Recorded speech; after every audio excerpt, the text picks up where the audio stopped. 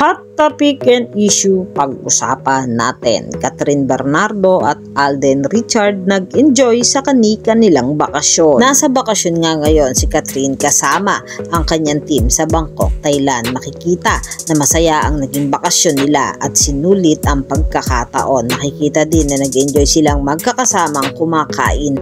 Normal na naglakad si Kat at nag-ikot-ikot sa Bangkok. Nakakapag-post din si Kat ng ilang mga pictures niya kasama ang kanyang team sa kanyang social media account. Bagamat hindi naman niya kasama si Alden sa naging bakasyon niya sa Thailand at nagkaroon sila ng kani-kanilang schedule, makikita din na nag-enjoy si Alden sa pagstay niya sa Boracay at pag-attend sa kasal ng isa sa malapit niyang kaibigan, si Jose. Kita pa nga na nag-enjoy si Alden at naliligo pa ito sa pool sa isang resort sa Boracay na ipinost naman ni Alden sa kanyang social media. Bagamat marami naman ang kumakalat na espekulasyon na namataan ang dalawa sa airport at akala ng marami ay susunod si Alden kay Kat sa Thailand, ngunit wala itong katotohanan dahil may mga nakalaang pang trabaho si Alden at aatin pa nga ito sa isang charity Christmas bazaar na gaganapin sa San Juan na ipinost din ni Alden sa kanyang social media. Matapos na ang pelikulang Hello Love Again, marami pa ring mga fans ng Kat din ang umaasa